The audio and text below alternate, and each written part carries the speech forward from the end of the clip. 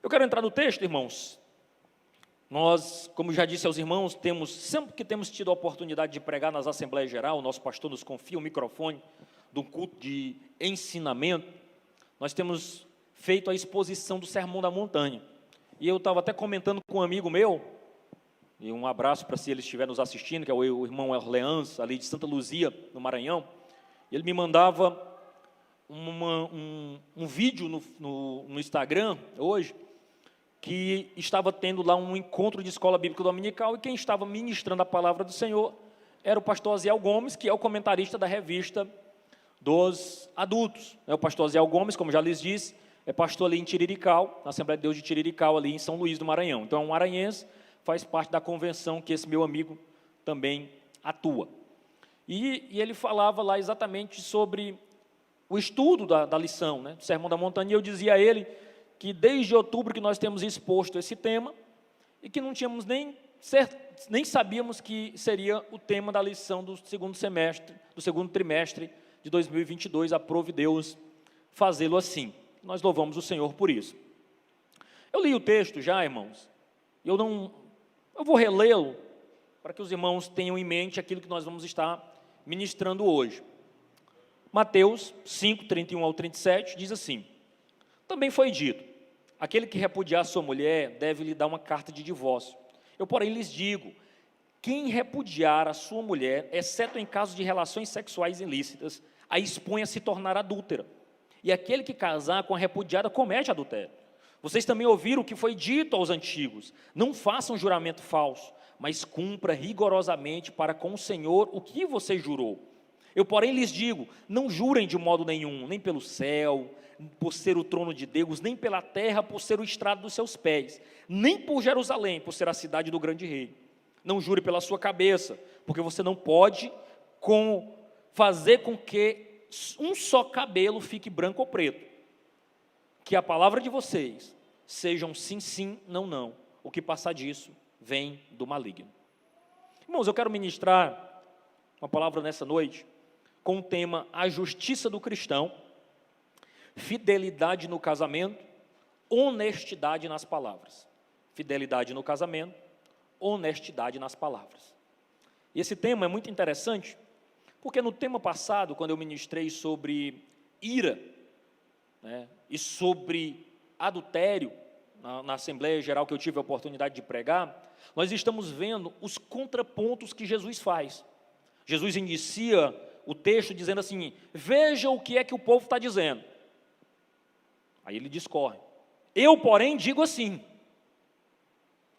Ele fez isso com a ira, ele fez isso com o adultério e agora está fazendo com o divórcio.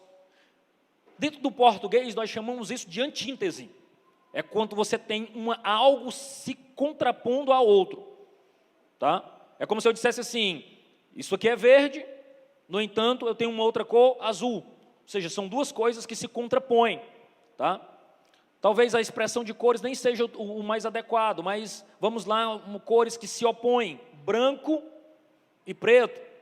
Então, assim, nitidamente você percebe um contraste. Jesus estava tentando mostrar para o povo que lhe escutava que o ensino que os fariseus faziam era uma coisa, mas o que ele tinha para ensinar aos seus discípulos era algo muito mais poderoso e mais fiel. Porque é importante que a gente entenda aqui que Jesus apresenta essas antíteses e uma sequência natural, após falar de ira, após falar de adultério, é combater o divórcio. Se eu fosse trazer dados aqui atualizados sobre o divórcio, irmãos, hoje, pelos dados, é quase que igual o número de casamento e o número de divórcio na nação brasileira. Eu não tenho os dados mais atualizados, porque o censo possivelmente seja feito esse ano ainda, ou no máximo no próximo ano, mas tudo indica que seja feito esse ano, e vai nos dar uma informação de quanto que nós temos disso, de como está a situação dos divórcios no Brasil. Mas o fato é que se tornou uma coisa extremamente banal. Ninguém pensa mais em adquirir ou contrair um matrimônio pensando nele como algo eterno, como algo permanente, como algo duradouro. Alguém enfrenta o casamento mais pela festa e diz assim, se der certo a gente fica junto, se não der, a gente se deixa. Mas eu quero lhes dizer que a palavra de Deus não trata sobre isso, não é esse aspecto. O que a palavra de Deus vai nos orientar é um combate ao divórcio. E nós temos a perspectiva bíblica para isso, porque sempre foi a intenção de Deus. E Jesus recorre ao Gênesis para mostrar isso, porque é uma instituição que não foi feita pelo homem. Por isso é que não é o Estado, não é a sociedade, não é as comunidades que vão dizer o que é um casamento e o que é uma família. Porque quem criou a família, quem criou o casamento foi o próprio Deus. Então somente Deus tem autoridade para dizer o que é o casamento. Você tem visto aí grandes coisas sendo banalizadas, e uma delas é a instituição chamada casamento. Eu digo isso com muito temor e tremor, porque é uma instituição, primeira instituição firmada por Deus. E hoje nós já temos falado aí sobre poliamor, o pessoal vem falando aí de trisal, policasal, um homem casado com 2 mulheres, com 3 mulheres, e assim, verdadeiras aberrações para aquilo que Deus projetou. Eu sei, e eu não me escandalizo com isso, porque eu sei que o mundo está indo de mal a pior. E a igreja precisa saber que a tendência não é melhorar, é piorar. Que o que tem conservado ainda a sociedade do jeito que está é a presença da igreja de Cristo. Porque nós somos contra a cultura. Nós é que declaramos e dizemos, não está errado, não está certo, isso contraria a vontade de Deus. É nós que damos o nosso exemplo e dizemos, um casal de verdade vive assim. O marido amando e honrando a esposa amando e honrando o seu marido. Crente vive diferente, crente tem uma postura diferente. É nós que ditamos o padrão para a sociedade viver. Eles podem se basear pelo trisal, pelo casal, pelo poliamor, por isso, por aquilo, mas quando eles olharem, virarem ao redor, ele vai ver um casal de crente que ama Jesus, com seus filhos indo e voltando para a igreja e vivendo para a glória de Jesus. Então, em todo o tempo, eles serão confrontados pela presença dos fiéis da terra. E essa é a esperança que deve encher nosso coração. Veja o desespero de Elias dizendo, Senhor, todo mundo pecou, todo mundo abandonou, todo mundo, eu não sou melhor do que os nossos pais, Senhor, todo mundo te deixou, Senhor. O que é que Jesus diz para ele? O que é que o Senhor diz para ele, melhor dizendo? Ele disse, não, Elias, você está enganado. Ainda tem 7.000 que não se dobraram os seus joelhos, ainda tem 7.000 que mantêm-se fiel, ainda tem 7.000 que acreditam no casamento, que acreditam na palavra de Deus, que vive para a glória de Deus. Essa perspectiva não pode sair dos nossos corações e na nossa vista. O mundo está errando, nós estamos sendo corretos. O mundo está pecando, nós estamos vivendo para a glória de Deus. O mundo está se desviando da palavra do Senhor, nós estamos vivendo para a glória do nome do Senhor. A igreja precisa ser a diferença aqui nesta terra, louvado seja o nome de Jesus. E aqui, irmãos, nós temos um novo casamento com uma pessoa divorciada, ou com uma pessoa divorciada, equivale, dentro dessa perspectiva que nós vamos tratar aqui, a um adultério. Cristo nos chama a uma fidelidade matrimonial. Eu quero dizer para os irmãos que esse tema, ele é um tema muito complexo e controvertido. Eu sei que mexe com muitas emoções, e mexe com muitas situações dentro da igreja de Jesus. E eu não quero aqui trazer mais peso do que isso já traz naturalmente para quem passou por uma situação como essa. A minha expectativa aqui é trazer bálsamo, é trazer esperança e é trazer direcionamento da palavra de Deus para mesmo aqueles que já enfrentaram uma situação como essa. Eu não estou aqui para lhe condenar, eu estou para lhe ensinar o que a palavra de Deus diz. E eu tenho dito aqui toda vez que tenho a oportunidade de pegar esse microfone, a palavra de Deus é direção para os seus filhos. Nós precisamos crer que aquilo que Deus orienta, que aquilo que Deus diz não, que aquilo que Deus aprova, é porque é o melhor para as nossas vidas. E eu sei também, irmãos, que talvez não tenha infelicidade maior do que você viver dentro de um casamento infeliz. E pior, não há tragédia maior do que nós vermos desmoronar em amargura, discórdia e ressentimento. Aquilo que Deus projetou para ser amparo, para ser projetado para ser cheio de amor e de satisfação. São situações que acontecem. E a minha orientação aqui não é fazer uma pregação para um encontro de casais, obviamente que nós não estamos aqui no encontro de casais, mas a minha orientação aqui é que nós entendamos que a palavra de Deus nos orienta para buscarmos viver uma vida para a glória de Deus, inclusive desfrutando das bênçãos do casamento. Foi Deus que olhou para Adão e disse: não é bom que o homem esteja só. Não foi Adão que fez uma alta percepção da sua realidade. Não foi ele que disse: Jesus, arranja uma mulher para mim, Deus arranja uma mulher para mim que eu estou sozinho. Não, Deus olhou e disse: não é bom que o homem esteja só. Então foi Deus, é projeto de Deus. E aí, é nesse aspecto que eu e você, dentro do nosso casamento, nós temos que lutar para vivermos uma vida em paz e feliz. Ah, irmão, mas é porque você não sabe. Ah, meu amigo, passa uma semana lá em casa que você vai ver o que é tribulação. Aí eu digo para você, irmãos, você ainda tem joelho? Tenho. Por morar. Digo: Senhor, cuida da minha esposa. Ela é difícil e eu sou também. E a esposa: Senhor, cuida do meu marido.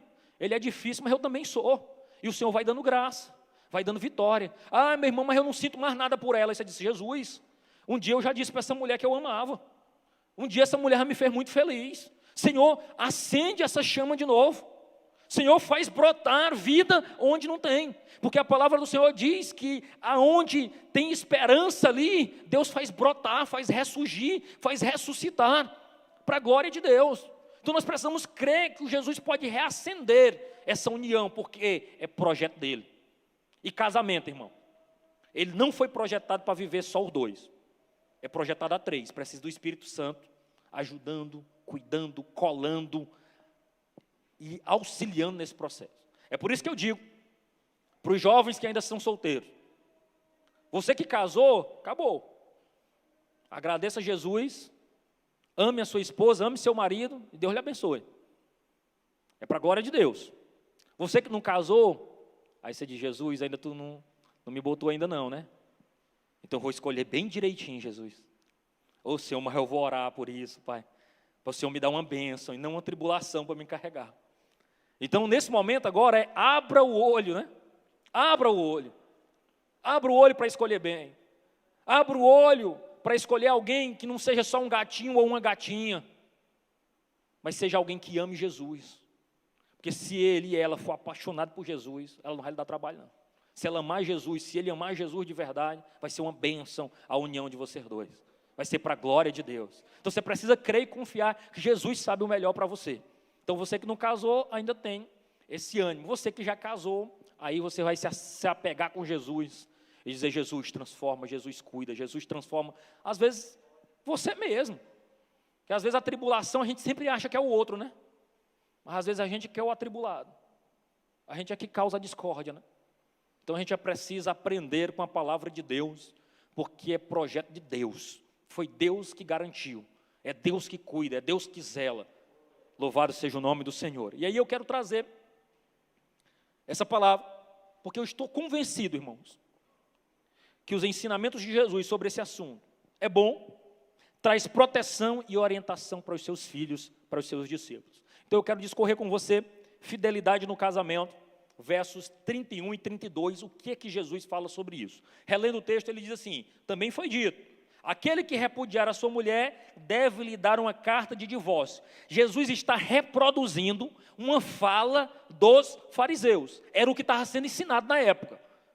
Aquele que repudiar a sua mulher deve escrever uma cartazinha e entregar para ela. Ele disse: ó, estou divorciado. Aí Jesus diz assim: ó, eu porém lhes digo que quem repudiar a sua mulher, exceto em caso de relações sexuais ilícitas, a expõe a se tornar adúltera. E aquele que casar com a repudiada também comete adultério. Irmãos, 2 versículos não são suficientes para orientar todo o pensamento de Jesus sobre esse tema. É por isso que nós precisamos olhar o que diz no capítulo 19 de Mateus. Lá Jesus aborda o tema, nos versos 3 ao 9, de forma mais intensa. Olha o que é que Jesus diz lá em Mateus. Você pode abrir e manusear a sua Bíblia, é uma pregação expositiva. Mantenha a sua Bíblia em Mateus aberta. Diz assim a palavra do Senhor em Mateus 3, 19, 3. Alguns fariseus se aproximaram de Jesus e tentando, veja o que é que Mateus diz, tentando perguntar. A intenção aqui dos fariseus era testar Jesus. A intenção aqui dos fariseus era pôr Jesus à prova, porque Jesus se projetava como um grande mestre da lei, como um rabi, como um mestre, como alguém que conhecia a lei. Então eles chegam ali e propõem uma pergunta capciosa, uma pergunta que visa obter informações acerca do pensamento de Jesus sobre o tema. E aí eles perguntam e dizem: é lícito ao homem repudiar a sua mulher por qualquer motivo? Olha a maldade na pergunta. Por qualquer motivo. Jesus respondeu, verso 4. Vocês não leram o que o Criador, desde o princípio, os fez homem e mulher? Jesus recorre aqui a Gênesis. Por isso que eu lhe digo, toda vez que Jesus, Paulo, qualquer um dos apóstolos que queriam falar sobre casamento, sobre família, ele recorria ao livro das origens. Aí ele pega e diz: os fez homem e mulher, e disse: por isso o homem deixará o seu pai e a sua mãe e se unirá à sua mulher, tornando-se os dois uma só carne. De modo que já não são mais dois, porém uma só carne. Portanto, que ninguém separe o que Deus ajuntou. Olha a resposta de Jesus. Os fariseus insistentes, continuam, verso 7. Os fariseus perguntaram: então por que Moisés orientou dar uma carta de divórcio e repudiar a mulher? Olha a pegadinha aqui para Jesus. Jesus responde: foi por causa da dureza do coração de vocês que Moisés permitiu que vocês repudiassem a mulher. Mas não foi assim desde o princípio. Jesus está dizendo, não era a intenção de Deus, nunca foi pensamento de Deus, é porque o coração de vocês são duro. Por isso Moisés fez essa autorização, porque vocês são um bando de coração duro. Aí ele continua: eu, porém, lhes digo, quem repudiar a sua mulher, não sendo por causa de relações sexuais ilícitas, e casar com outra, comete adultério. Irmãos, por que surge esse tema que a gente precisa recorrer ao que o historiador do primeiro século, Flávio Joséfo, traz sobre o tema? Flávio Joséfo, ele era um judeu, não cristão, mas escreve a história dos hebreus. E aqui nós podemos trazer algumas informações relevantes para esse contexto. Aqui havia uma disputa grande entre duas escolas rabínicas. A escola do rabino Shammai e do rabino Hillel. Duas escolas rabínicas. Um extremamente severo na aplicação da lei e um outro mais relaxado. Gostava de interpretar a lei assim, de modo a favorecer o povo, sem dar muito trabalho no cumprimento da lei. Então eles gostavam, que no final das contas o povo gosta disso, né? O povo gosta que a gente não aplique a Bíblia do jeito que é para ser. Não precisa isso tudo não, rapaz. Não, está rígido demais. Jesus ama a gente demais, não precisa tudo isso não. Então, Hillel era muito mais aberto a interpretações mais fáceis de serem praticadas. Agora, o rabino Shammai, ele era um que adotava a linha rigorosa lá de Deuteronômio 24:1. O que é que diz em Deuteronômio 24:1? Se um homem tomar uma mulher e se casar com ela, e se ela não for agradável aos seus olhos, por ter achado ele coisa indecente nela, grave isso, coisa indecente nela, e se ele escrever uma carta de divórcio e a entregar à mulher e a manda embora. O que Moisés estava dizendo em Deuteronômio 24:1? Que o camarada casou, fez uma análise da mulher lá e encontrou algo indecente. O que era isso? O texto não deixa claro. E aqui é onde os rabinos navegavam na interpretação. Hillel diz, olha, coisa indecente é coisa séria, não é qualquer coisa não. Coisa indecente é porque a mulher falhou em comunicar alguma coisa antes do casamento. Especialmente talvez se já tivesse tido contato com algum homem, algum problema, alguma contravenção que ela tenha praticado e não tenha relatado ao seu marido poderia escrever uma carta e devolvê-la para a família. Só que Hillel já pegava isso aqui e qualquer coisa era suficiente para ele. Ele transformou em coisa indecente tudo que lhe dava na telha, de modo que com base nisso, ele se utilizava até mesmo para, por exemplo, se uma mulher era relaxada na cozinha, não cuidava direito da família, não cuidava direito da casa, já era motivo para ele mandar ela embora. Eles usavam as justificativas mais banais para despedir a esposa.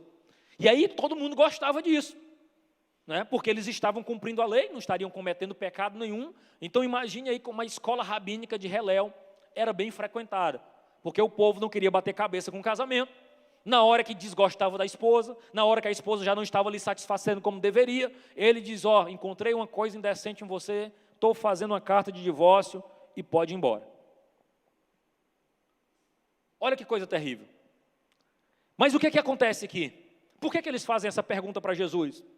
É lícito ao marido repudiar sua mulher por qualquer motivo? Porque eles queriam saber de que lado Jesus estava. Eles queriam saber como era que Jesus pensava. Vem cá, esse rabino que está chegando aí, é da escola de Shammai ou da escola de Hillel? Como é ele? A doutrina dele é rígida ou é mais uma doutrina flexível? Dependendo como for ele, a gente segue ele ou não. Porque hoje, irmãos, infelizmente, o povo tem buscado doutores para eles mesmos. É o que o apóstolo Paulo diz a Timóteo. Tem buscado ouvir aquilo que agrada o seu coração. Ninguém quer ouvir mais uma palavra que lhe confronta, que lhe diz, mude de vida, aceite Jesus, seja crente de verdade. A maioria quer ouvir, Jesus te ama, venha como você está, você não precisa mudar nada, você está no centro do coração de Deus, e não é isso que a palavra de Deus diz. Ela vai nos dizer que nós somos pecadores, que nós precisamos acertar a nossa vida, que não dá para viver de qualquer jeito, que o céu ainda tem uma porta e um caminho estreito. Então muitos irmãos que têm frequentado, ido a lugares onde tem sido pregado um evangelho aguado, um evangelho que pode tudo, eu quero lhe dizer que é tudo menos o evangelho. Então você precisa fazer um exame sincero das escrituras, porque muitos têm desviado pessoas sinceras por caminhos fáceis. E a palavra de Deus vai nos dizer que nós caminhamos na contramão do mundo, que o caminho que nós seguimos é um caminho espinhoso, que o mundo nos odeia, que o mundo não gosta da gente. Sabe por que o mundo não gosta da gente? Porque nós somos diferentes, porque nós não nos parecemos, porque nós marchamos para as mansões celestiais, porque nós queremos ter uma vida digna do Senhor, que nós andamos diferente, falamos diferente, pensamos diferente, e vivemos para a glória de Deus. E aqui vem a pegadinha, aqui vem os fariseus testando Jesus. Eu vou jogar aqui mais. Tá beleza o som aí, tá? Tá? Qualquer coisa me dá um pouquinho mais de retorno aí. Estou caminhando para a roquidão. Tá bom? Então o que acontece? Os fariseus estavam preocupados. E aí o que acontece? Melhor dizendo, Jesus oferece 3 respostas para eles. Ou melhor, ele divide a sua resposta em 3 partes. E eu quero considerar ela aqui na ordem das perguntas, como as perguntas foram feitas, como Jesus responde. Primeiro, em cada uma das colocações de Jesus, Jesus discordou dos fariseus. Na resposta de Jesus, Jesus já deixa claro, eu não estou na escola de vocês. Eu não ando com vocês. Nós não vamos nos misturar, a nossa doutrina não bate. Vocês gostam de uma coisa e a palavra do meu pai é outra. Nós não vamos nos misturar. Mas Jesus faz a primeira consideração, porque os fariseus estavam preocupados com o motivo para o divórcio. Jesus estava preocupado com a instituição do casamento. Olha a perspectiva diferente. Jesus não queria nem ouvir falar em divórcio. Jesus estava dizendo assim, olha, o que me interessa é o casamento, é aquilo que meu pai ordenou que nós fizéssemos. Divórcio não entra na nossa escola. Divórcio não entra na nossa conversa. Aí eu me lembro aqui do que diz D.A. Carson. Você vai encontrar aí no YouTube algo muito interessante. Ele narrando uma conversa que ele teve aconselhando um casal de velhinhos nos Estados Unidos. E ele está tendo uma conversa lá com Timothy Keller, com John Piper e D.A. Carson juntos. E ele dizendo o seguinte, cadê? Em algum momento vocês já pensaram em divórcio? Aí o velhinho disse, não, já pensamos em homicídio, nós já pensamos, mas divórcio jamais, né? Ou seja, o que ele estava querendo dizer, a gente já pensou às vezes em brigar mesmo feio, nós já pensamos às vezes até em às vias de fato, mas nunca consideramos nos divorciar porque nós entendemos o que a palavra de Deus diz. Ele fala num tom de brincadeira para tentar demonstrar que é o último recurso do cristão, que o crente não deve pensar nisso nem de brincadeira.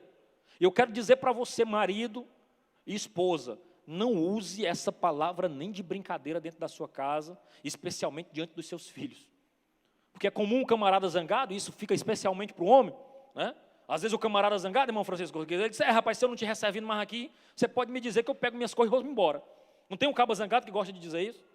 Pois é, irmão, o crente não fala isso nem de brincadeira. Ele diz, não, olhe, nós vamos envelhecer juntos. Porque nós fizemos um voto diante de Deus, que seríamos juntos eternamente, irmão Sebastião.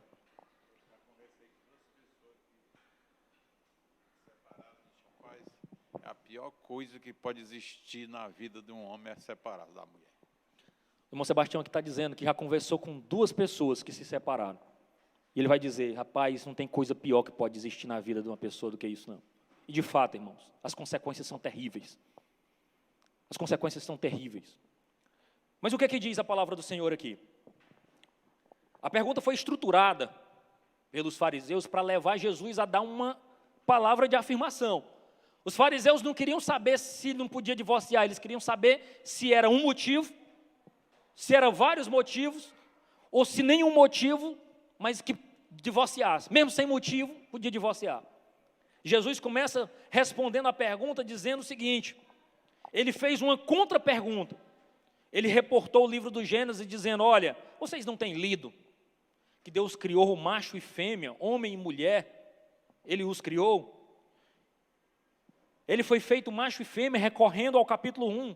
E ele também diz que a instituição do casamento era uma instituição em que o homem deixaria pai e mãe, e se uniria a uma mulher e se tornaria uma só carne. Depois ele declarou e disse, olha, o casamento é exclusivo, é homem e mulher. E é permanente, se unirá a sua mulher. Não é várias mulheres, não é uma época está com uma outra época está com outra, a sua mulher. De modo que não são 2, mas apenas um. E que aquilo que Deus juntou, não separe o homem. Olha a resposta de Jesus. Então, de acordo com as Escrituras, o casamento, irmãos, é uma instituição divina, em que Deus transforma permanentemente 2 pessoas em uma só. Porque essas pessoas decidiram publicamente formar uma nova família. Ô irmãos, é sério. É algo sério. É algo que deve ser feito para a glória do nosso Senhor e Salvador Jesus Cristo. Segundo, os fariseus diziam que a provisão de Moisés para o divórcio era um mandamento. Jesus chamou de concessão. Note que Jesus fala tudo isso e os fariseus já retrucam. Ei, mas então Moisés disse que a gente podia dar carta de divórcio. O que eles estavam dizendo? Sim, quem é que tem palavra mais forte? O senhor que é um rabino ou Moisés que escreveu a lei? O que eles estavam querendo dizer, disse assim, você pensa que é quem para estar falando isso? Moisés autorizou, meu amigo, a dar carta de divórcio. Veja, quando o camarada está desviado, irmão, ele começa a buscar brecha na Bíblia para pecar. Não é não? Ele não quer mais cumprir a palavra de Deus, ele começa a buscar, ele trata a Bíblia como se fosse uma espécie de constituição, um advogado querendo livrar o seu cliente do crime, né? Da condenação. Então ele anda buscando brecha aqui para tentar achar uma forma de se desviar da palavra de Deus. Mas aquele que ama a palavra de Deus faz escondê-la no coração para não pecar contra o Senhor. Esconde, visando assim, olha, eu vou guardar aqui a palavra porque eu não quero correr o risco de pecar contra o meu Senhor. E aqui, Jesus pega e responde, ele dizendo assim, olha, vocês estão enganados. De fato, Moisés autorizou carta de divórcio. Mas a intenção de Moisés não era que isso acontecesse, nunca foi a intenção de Deus. O que Moisés fez foi uma concessão e não um mandamento. O que Moisés deixou expresso na lei que poderia acontecer é por causa da dureza do coração de vocês. Não era assim desde o princípio. Olha Jesus dizendo assim, nunca foi a intenção de Deus isso. Nunca foi a intenção de Deus que houvesse divórcio dentro de uma família. Nunca foi plano de Deus isso. Mas o plano de Deus era que um homem, uma mulher e sua prole vivesse para a glória do nome dEle, servindo a Ele e amando a sua palavra. Por causa da dureza do coração humano, é que Deus permitiu essa concessão. Mas nunca foi assim desde o princípio, porque essa própria concessão contraria aquilo que Deus tinha como intenção primária. E aí, irmãos, se a gente for analisar, a maioria das coisas, irmãos, que acontece no seio da família, se a gente for fazer uma análise sincera, é porque a gente é do coração duro, é porque a gente tem dificuldade para perdoar, é porque a gente é rancoroso, porque se a gente tivesse o coração mais afável, mais mole, se a gente pegasse e lançasse aos pés de Jesus, é porque nós tratamos as ofensas que são feitas contra nós, e nós nos achamos até melhor do que o nosso Senhor, porque o Senhor recebeu ofensas que não merecia, E nós, muitas vezes, as ofensas que nós recebemos, até nós merecemos. E o nosso grande problema, irmãos, é querer transformar pecado em porcentagem. A gente diz assim, ó, eu estou errado, mas o meu erro aqui só é 10%. 90% é erro seu. A gente não gosta de apontar os outros, dizer que o outro está mais errado do que a gente. Mas se nós formos para a luz daquilo que a palavra de Deus nos diz, pecado é pecado. Não interessa se é 1, se é 10, se é 20, se é 30%. Está errado. E diante de Deus está errado. E o que precisa fazer? Acertar a vida com Deus, acertar a vida com o cônjuge e seguir para a glória de Deus. Vivendo ao lado do esposo, da esposa que Deus te confiou para cuidar, para amar, para se entregar por ela. De vez em quando, irmãos, nós precisamos ler o livro de Oséias. O livro de Oséias nos coloca assim, acerta a nossa visão para muita coisa. Sobre como o ser humano é duro e como nós servimos um Deus amoroso. Terceiro, os fariseus tratavam o divórcio com leviandade. Jesus o considerou tão seriamente que, com uma única exceção, chamou todo novo casamento, depois do divórcio, de adultério. Aqui Jesus foi extremamente rígido. E aí eu ouvi o próprio pastor Aziel Gomes, e aí eu entro nesse tema com muito cuidado, por dois motivos. Eu não sou pastor desta igreja, então o que eu estou pregando aqui não é aquilo que a palavra de Deus diz. E segundo, cada caso é um caso. Nós sabemos que existem muitos casos, inclusive que muitas mulheres estão em casa sofrendo violência doméstica. Isso às vezes não é exclusividade de mulher, às vezes tem homem também sendo violentado, porque tem umas irmãzinhas aí, meu amigo, que só a misericórdia do Cordeiro, viu? Se você é dessas, acerte sua vida com Deus. Mas via de regra, o homem, geralmente, quem sofre muito violência psicológica, violência física, é a mulher. E aí eu coloco isso com muito cuidado. Com muito cuidado. Se você está vivendo isso, procure a sua liderança, procure o seu pastor, tenha uma conversa, tenha um diálogo. Porque ao fazer isso, este homem ou esta mulher está completamente desviado dos caminhos do Senhor. Está cometendo um pecado. E não só cometendo um pecado, está cometendo um crime. E nós, como lideranças desta igreja, jamais acobertaríamos alguém que está cometendo um crime. Ele precisa ser levado às autoridades e pedir perdão diante de Deus e lidar com as consequências dos seus atos diante dos homens. Tá? Então, eu não quero aqui botar mais peso do que já se tem em cima disso. Aí eu digo, cada caso é um caso. É bom que você traga para a liderança lidar com isso e lhe ajudar e lhe dizendo que você não está sozinho, tá bom? Então, considere que Deus instituiu um casamento como uma união exclusiva e permanente. Jesus chega à inevitável conclusão de dizer que divorciar-se de um parceiro e casar-se com outra pessoa divorciada é assumir um relacionamento proibido, que ele chama de adúltero. Porque a ideia aqui de adultério, é algo que foi adulterado, algo que foi tirado da sua essência natural. Vamos pegar um exemplo aqui de uma gasolina. O que nós dizemos que uma gasolina que foi colocada, algo que é além de gasolina ou álcool, de acordo com a legislação brasileira, ela é um líquido adulterado. O cara colocou água, colocou leite, colocou formol, colocou qualquer outro solvente, então ele adulterou, porque do modo puro, ela só deveria conter ali gasolina, e dentro da legislação brasileira, que permite aí de 20% a 25% de álcool. Então, uma gasolina que você vai no posto, ela tem isso. É uma mistura de gasolina e álcool, só isso. Se tiver alguma coisa além disso, ela está adulterada. A ideia de Jesus aqui é dizer, se você trouxe um elemento estranho à união original, que eram os dois, marido e mulher, você está adulterando. Você está transformando aquilo, tirando aquilo da sua essência original. E aqui Jesus é muito enfático em dizer que, embora a pessoa consiga essa autorização de acordo com a lei humana, diante de Deus, aos olhos de Deus, ela continua casado e, se está vivendo assim, está cometendo adultério. Abra um parênteses aqui. Irmãos, Jesus estava falando para os seus discípulos, estava considerando alguém que conhece Jesus. Irmão, é porque eu vivi algo anterior quando eu não conhecia Jesus. Irmão, você vivia no tempo de ignorância. Você vivia num tempo em que você não tinha discernimento da verdade de Deus. é uma outra história. Agora que você tem conhecimento da verdade de Deus, daquilo que a palavra de Deus ensina, orienta, dirige a sua vida, cometer isso, aí sim, você está pecando. Mas aquilo que foi cometido no tempo de ignorância, né, é aquilo que passou. Deus passou uma borracha, Deus restaurou, Deus trouxe vida nova. Você começa do tempo que você começou a corrigir a sua vida com Deus. Amém?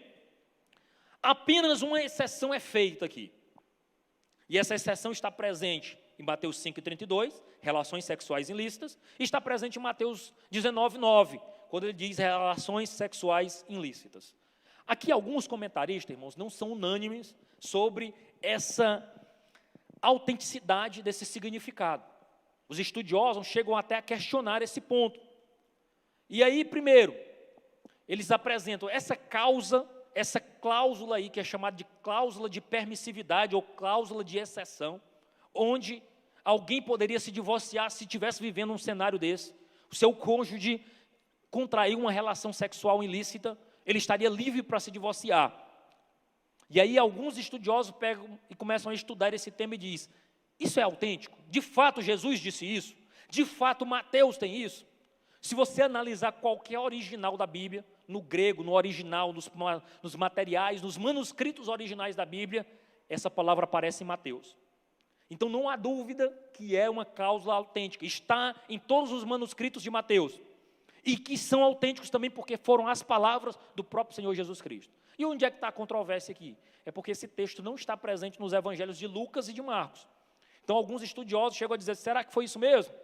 Mas o fato é que tanto os rabinos que da época, Heléu e Shammai, não tinham dúvidas que isso era uma palavra da verdade, que de fato eles criam desse modo. Apesar deles não crerem na extensão da aplicação disso, eles pensavam diferente acerca disso, mas eles não duvidavam da verdade. Outro ponto, alguém procurava fazer uma distinção aqui, dizendo que nesse aspecto aqui, as relações sexuais ilícitas, existem duas palavras que é utilizada para esse termo na Bíblia. A palavra grega porneia, que significa pornografia, e geralmente está associada para uma prática sexual que acontecia entre solteiros, alguém que não era casado. Geralmente, quando se tratava sobre adultério especificamente, a palavra utilizada era mocheia, e não porneia. Então alguém chega a questionar, diz: não, mas ele não estava falando sobre casados, era apenas para solteiros, e tenta dar uma aliviada aqui. Só que se você fizer um estudo sincero acerca da Escritura, você vai perceber que em alguns momentos as palavras são correspondentes, e não havia uma distinção muito clara se era para solteiro ou se para casado. Então nesse aspecto, não tem como usar essa justificativa.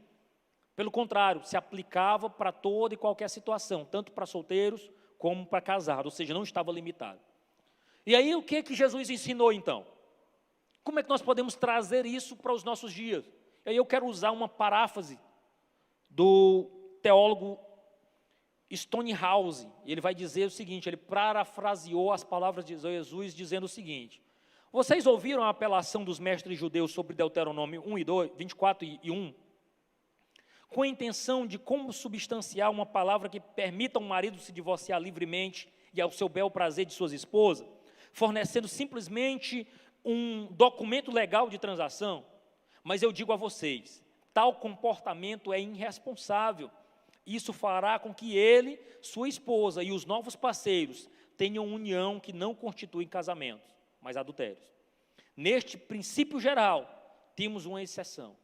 A única situação em que o divórcio e o novo casamento são possíveis sem transgredir o 7º mandamento, que é não adulterarás, é quando o casamento for quebrado por algum sério pecado sexual.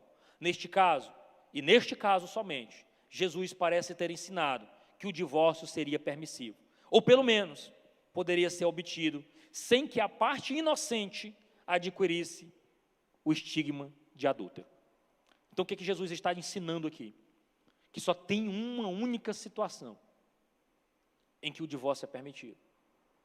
E esse divórcio é permitido, esse novo casamento é permitido, o divórcio e novo casamento, para a parte inocente, para aquele que foi prejudicado. O outro vai ter que lidar com as consequências do seu erro diante de Deus. Então nós não podemos banalizar isso, irmãos. E eu falo com muito cuidado, e eu tenho até adotado uma regra sobre isso. Nós já tivemos a oportunidade de visitar alguns casais em crise. Pela graça, bondade de Deus, antes de falar de divórcio, eu sempre procuro falar sobre duas coisas antes: casamento e reconciliação. Porque eu quero crer que ao falar sobre os princípios de Deus para o casamento, sobre o princípio de Deus para a reconciliação, eu vou sempre com a esperança de não precisar tocar no tema divórcio. Graças a Deus, Deus nos tem dado graça em alguns aspectos, mas nós sabemos que é muito difícil essa área. E aí a gente precisa entender que o divórcio, mesmo numa situação em que houve alguém prejudicado porque foi traído, ainda a reconciliação é um caminho. Não tenha o divórcio como a primeira premissa disso. Aqui nós podemos usar o recurso de que o próprio Senhor Jesus nos ensina. Não tenha o seu coração duro. Eu sei que você talvez foi penalizado, traído, machucado, mas ainda há esperança. Deus pode fazer brotar vida nova. Deus pode fazer brotar novos sentimentos. Deus pode reparar para a glória do seu nome, como nós temos visto muitos casos em que Deus tem restaurado, tem feito a glória da segunda casa ser até melhor do que a primeira, porque é assim que Deus faz. Ele restaura, Ele traz vida nova, Ele reconcilia para a glória do seu nome. Amém? Bom, nós falamos sobre a fidelidade no casamento, e eu quero ainda falar sobre a fidelidade nas palavras, e aqui eu pretendo ser muito rápido.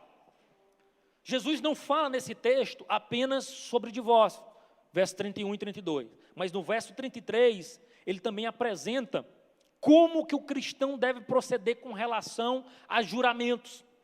Aqui também era comum os judeus trazerem para si uma espécie de juramento. O que seria isso? Era muito comum nos nossos dias. Hoje eu acho que talvez esteja mais incomum, mas já foi muito comum alguém, para afirmar as suas palavras, ele usa as expressões. Eu me lembro ainda de um moleque, criança, vendo alguns amigos dizendo: olha, eu juro pela minha mãe, não, eu juro por Deus, pela palavra de Deus. O pessoal gostava de dizer: palavra de Deus, eu juro, eu me comprometo com isso. Ou seja, ele estava recorrendo a um recurso além da sua palavra para confirmar aquilo que ele estava dizendo. E aqui Jesus está dizendo no verso 33, né, Mateus 33, que diz assim, ó, deixa eu ler aqui o texto, aqui na King James, na versão King James vai dizer assim: igualmente ouviste o que foi dito pelos antigos, não jurarás falso, mas cumprirá o Senhor os teus juramentos. Aí Jesus complementa no 24, eu porém vos digo, não jureis de modo nenhum. O que os fariseus estavam ensinando aqui? Eles estavam ensinando, se utilizando de uma frase que não aparece em nenhum lugar do Novo Testamento e nenhum lugar do Antigo Testamento. É aquelas famosos versículos que não existem na Bíblia e que todo mundo cita, não é? Por exemplo, o cair do homem e o levantar de Deus. Muita gente cita isso como um versículo bíblico. Não tem na Bíblia em lugar nenhum, né? Mas assim, de tanto ser repetido, o pessoal acaba adquirindo como se estivesse na Bíblia, mas não tem em lugar nenhum. Então aqui os fariseus estavam dizendo assim: olha, não jurarás falso, mas cumprirás o que tu prometeu em nome de Deus. Seria mais ou menos isso. Se você recorrer ao Antigo Testamento, não tem essa orientação em lugar nenhum. Pelo contrário, você vai ver Moisés muitas vezes lembrando o povo que não deveria tomar o nome de Deus em vão, que não deveria citar. Ele cita isso em Êxodo, em Levítico, em Números, em Deuteronômio, várias passagens dizendo: olha, não tome o nome de Deus em vão. Esses textos, eles proibiam claramente o juramento falso e o perjúrio. O que seria o perjúrio? Você dizer que é verdade aquilo que é mentira, né? No direito aí, o Lucas, que até iniciou o curso de direito aí, o Lucas Neves, sabe que perjurar é você dizer que você está sobre juramento, né? Geralmente isso é muito comum nos Estados Unidos, que eles têm uma cultura cristã. Então a testemunha vai fazer um testemunho em um tribunal, ele geralmente põe a mão em cima da Bíblia, embora a maioria já nem creia mais na Bíblia, mas ele jura, e lá no caso é crime. Se ele mentir sob juramento, ele pode sair dali preso, né? Então isso seria cometer perjúrio, mentir sobre juramento. E aqui nós temos os fariseus dando uma outra interpretação. Eles estavam dizendo que o problema não era jurar falsamente, o problema era se fizesse isso em nome de Deus. Você vê como, às vezes, os camaradas fazem algumas concessões que são incríveis. Eles dizem, olha, o problema não é você jurar e mentir. O problema é se você usar o nome de Deus, aí você vai ter que cumprir. E aí Jesus acaba sendo mais enfático. Ele diz assim, olha, não jure de jeito nenhum. E aí ele recorre, inclusive, a Mateus 23:16, que diz assim, ai de vós, guias de cegos, que dizem, se alguém jurar pelo santuário, isso não tem importância. Mas se alguém jurar pelo ouro do santuário, fica obrigado pelo que jurou. Seus cegos e tolos, qual é o mais importante? O ouro ou o santuário que santifica o ouro? E vocês dizem, se alguém jurar pelo altar, isso não tem importância. Mas se alguém jurar pela oferta que está sobre o altar, fica obrigado pelo que jurou. Cegos, quem é mais importante, a oferta ou o altar que santifica a oferta? Portanto, quem jurar pelo altar, jura por ele, e por tudo que está sobre ele. Quem jurar pelo santuário, jura por ele, e por aquele que nele habita. E quem jurar pelo céu, jura pelo trono de Deus, e por aquele que está sentado no trono. Então, esses ensinamentos aqui, é que Jesus estava dizendo e contrapondo, dizendo assim, olha, eu lhes digo, não jurem de modo nenhum, nem pelo céu, nem pela terra, nem por Jerusalém, a cidade do grande rei, não faça juramento. O argumento de Jesus aqui era dizendo assim, não interessa a fórmula que você usa para jurar, não interessa se usa o nome de Deus ou não, porque tudo pertence a Deus. Um voto, ele acaba sendo obrigatório, independente da fórmula usada. A implicação de Jesus aqui era o seguinte, que nós devemos cumprir as nossas promessas e sermos pessoas de palavra. O que Jesus estava abolindo aqui é dizendo assim, olha, um crente não deveria andar jurando. Sabe por quê? Porque a sua palavra deveria ser sim, sim, não, não. O que passar disso, não vem de Deus, não. E Jesus dá um nome, que às vezes a gente fica com medo de dizer, né? Olha, isso não é de Deus, não. Não é de Deus, como Jesus diz que a fonte é o próprio diabo, o pai da mentira, que provém do maligno. Nós não deveríamos jurar, não assumir, porque quando nós juramos, nós estamos assumindo a nossa confissão de desonestidade. Nossa palavra não é suficiente. Que estou dizendo assim, olha, o que eu estou dizendo não vale de crédito nenhum, não. Então eu tenho que jurar por alguma coisa maior do que eu, né? Para que a minha palavra tenha valor. E Jesus estava combatendo isso, dizendo assim, ó, não é assim. Nós não podemos agir desse modo. Nós somos crentes. E como crentes nós precisamos ter a palavra fiel. Como crentes nós precisamos ter bom testemunho. Nós não precisamos recorrer a mecanismos exteriores. Mas a nossa palavra deve ser sim, sim e não, não.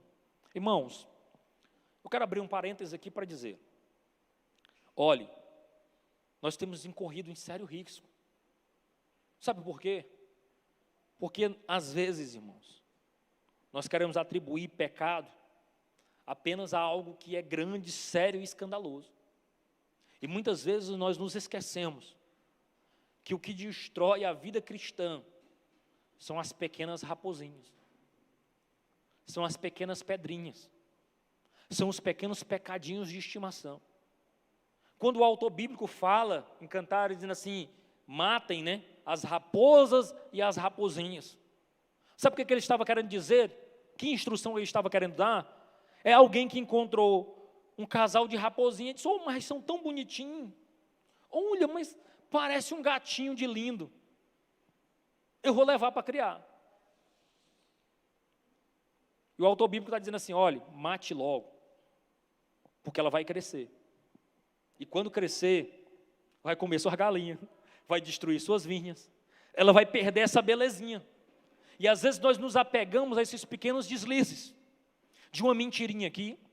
Às vezes, irmãos, eu fico com vergonha de às vezes você não ter necessidade nenhuma de mentir.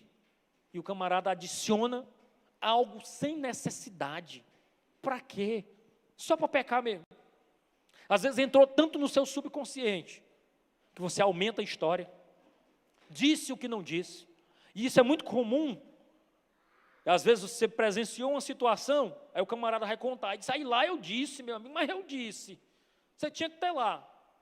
E a gente fica olhando assim, mas não tem nem vergonha Não disse nada disso, mas disse, e que era valente, e que comigo é assim.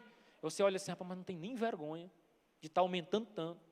E às vezes a pessoa diz, irmão, sem se perceber. É por isso que nós precisamos vigiar as nossas palavras. É por isso que nós precisamos sondar os nossos corações. É por isso que nós precisamos ver o que a palavra de Deus diz, que o crente tem que ter palavra de sim, sim e não, não. Outra coisa que tem sido comum é o crente se comprometer com uma coisa que ele tem convicção que não tem condição de fazer. É que nem aquelas histórias que a gente marca, né? Um amigo que a gente não vê de muito tempo. E aí a gente diz, existe até um ditado aí que diz o seguinte: se o camarada disser que vai, tem 50% de chance dele não ir. Se ele disser assim, rapaz, eu vou ver, com certeza ele não vai. Né? Você encontra um amigo de longa data, ele diz assim, rapaz, bora marcar aí. Vamos sim, rapaz, a gente precisa se encontrar, é verdade. Rapaz, bora marcar, uma hora a gente vê aí. Amigo desse vê aí, é nunca. Né? Então a gente precisa ser sincero, dizer, irmão, a minha vida não está permitindo isso. Ou se disser, olha, eu vou estar lá. Eu vou me esforçar para cumprir esse meu compromisso. Se eu disse que vou participar, eu vou participar mesmo. Se eu disser que você pode confiar em mim, confie. E às vezes, irmãos, vai acontecer imprevisto. É para isso que Deus lhe deu um celular. É para você comunicar. Diz, irmão, houve um imprevisto. Eu não pude ir. Você tem que prestar satisfação. Isso. E às vezes ainda aproveita, ainda não cumpre a palavra, ainda aproveita para mentir, né, irmão Francisco? Né? Mas assim, a gente precisa ser sincero, irmão, porque nós somos testemunhas de Deus. Nós somos representantes de Deus. E outro aspecto, irmãos, é inclusive nos seus pagamentos.